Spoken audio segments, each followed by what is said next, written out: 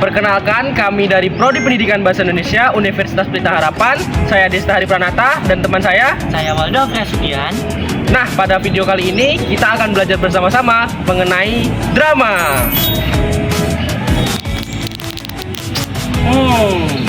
Menurut kalian, apakah drama itu hanya sekedar hiburan atau bisa juga untuk mencapaikan titik tentang kehidupan manusia? Nah, pernah nggak sih kalian nonton film terus bilang, ih, aktingnya kaku banget kayak lagi baca buku tabungan? Nah, di situ udah kelihatan bedanya drama dan cuma hanya sekadar ngomong. Sekarang kita masuk pada definisi drama.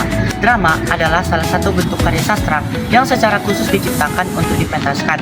Nah, Aristoteles mengatakan bahwa drama adalah tiruan tindakan manusia yang ditampilkan melalui dialog dan aksi.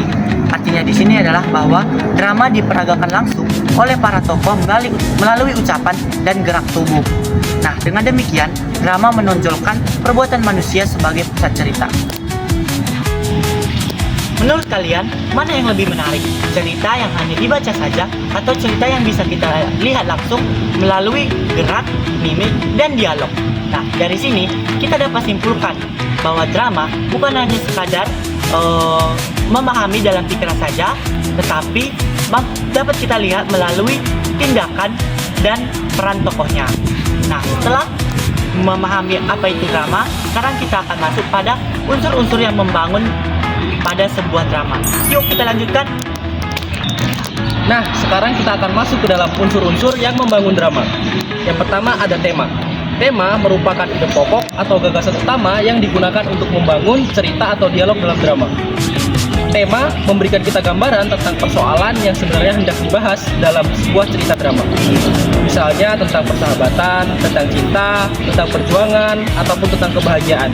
Melalui tema, kita dapat memaknai secara utuh cerita atau pesan yang hendak disampaikan dalam drama. Nah, yang kedua itu ada tokoh dan penokohan. Tokoh merujuk pada peran atau pelaku yang ada dalam cerita, sedangkan penokohan merujuk pada karakter atau sikap yang dilekatkan kepada sang tokoh. Misalnya tokoh jahat, tokoh baik, tokoh tegas, maupun tokoh yang ragu-ragu. Nah, selanjutnya ada latar. Latar ini meliputi 3 hal. Yang pertama ada latar tempat, latar waktu, dan juga latar suasana. Jadi melalui latar kita diajak untuk melihat di mana sebenarnya setting cerita tersebut, lalu kapan waktu yang digunakan untuk menggambarkan cerita, dan juga suasana apa yang sedang digambarkan dalam cerita tersebut. Jadi kita dapat mengetahui secara utuh sebenarnya bagaimana cerita itu dijalankan dalam drama. Nah, yang selanjutnya ada alur atau plot. Alur merupakan cara penulis untuk mengembangkan atau menggambarkan jalannya sebuah cerita. Jadi peristiwa-peristiwa dirangkai dalam alur sebuah cerita. Nah, melalui alur kita diajak untuk melihat pengenalan situasi, pengembangan konflik, lalu merujuk pada puncak permasalahan, dan juga diakhiri dengan penyelesaian. Nah, jadi melalui alur kita dapat melihat bagaimana jalannya cerita dikembangkan, dan juga kita dapat melihat bagaimana konflik disampaikan secara utuh dan mendalam. Selanjutnya adalah konflik. Konflik adalah unsur yang menggerakkan sebuah cerita. Konflik dapat berupa pertentangan antar tokoh, pertentangan tokoh dengan dirinya sendiri, ataupun pertentangan tokoh dengan lingkungannya. Tanpa konflik, drama tidak bersifat menarik atau datar. Yang terakhir adalah amanat atau pesan moral. Amanat adalah nilai atau pelajaran yang dapat diambil melalui tindakan tokoh atau yang dialami oleh tokoh dalam sebuah drama.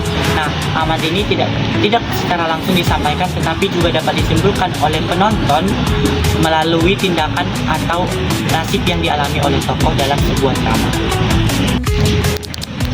Kalau kalian mau bermain drama tapi tidak ada naskahnya, kira-kira apa yang terjadi ya? Mungkin ada yang lupa dialognya, tidak tahu mau berbuat apa, dan alur ceritanya tidak jadi jelas. Nah, supaya drama lebih berapi dan bermakna, kita membutuhkan satu hal penting, yaitu naskah drama. Nah, selanjutnya kita akan membahas apa itu naskah drama, mengapa naskah drama itu penting dalam sebuah pementasan. Naskah drama merupakan teks tertulis yang menjadi panduan atau pedoman dalam pementasan drama.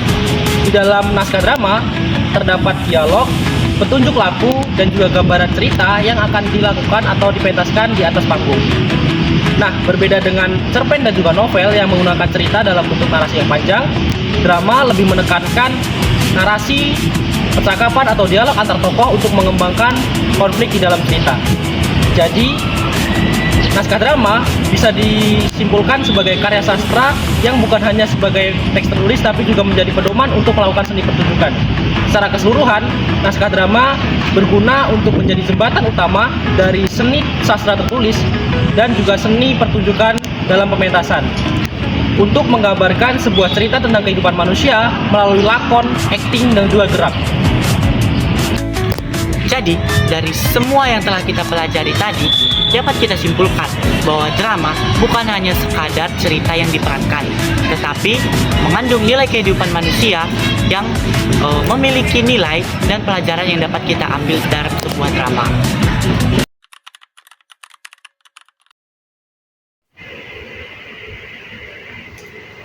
Kamu kenapa, Rak? Kok kayak bingung? Ini nilai matematika aku turun, padahal aku yakin jawabanku benar. Oh iya, terus mau gimana dong? Gimana kalau aku baca nilainya? Lah, serius? Jangan dong, itu kan sama aja kayak kamu bohong. Cuma angka biar kelihatan bagus. Tapi angka itu hasil usaha kamu. Kalau kamu ubah, berarti kamu bohong dong ke guru sama ke diri kamu sendiri. Tapi aku malu dengan nilai rendah. Lah, nilai rendah itu bukan akhir dari segalanya. Yang penting itu kamu belajar untuk memperbaiki dari kesalahan sebelumnya. Jadi menurutmu, aku harus terima dengan nilai segini? Loh iya dong, kamu harus terima, lalu kamu perbaiki untuk kedepannya. Kalau mau, kita bisa belajar bareng kok. Aku juga dapat nilai rendah. Aku kira tuh pintar itu soal angka, tapi juga soal kejujuran ya. Betul, itu baru nilai yang nggak bisa dihapuskan. Oke, aku nggak jadi ubah nilainya, tapi kita belajar bareng ya. Sip, besok kita belajar bareng, oke? Amanat yang dapat kita ambil dari drama singkat tersebut adalah kejujuran dan usaha lebih penting daripada sekadar angka nilai, karena tujuan utama belajar adalah membentuk kemampuan dan karakter, bukan hanya memperoleh hasil akhir yang tinggi. Selain itu, kesalahan merupakan bagian alami dari proses belajar, karena melalui kesalahan seseorang dapat mengenali kekurangan, memperbaiki diri, dan meningkatkan pemahamannya.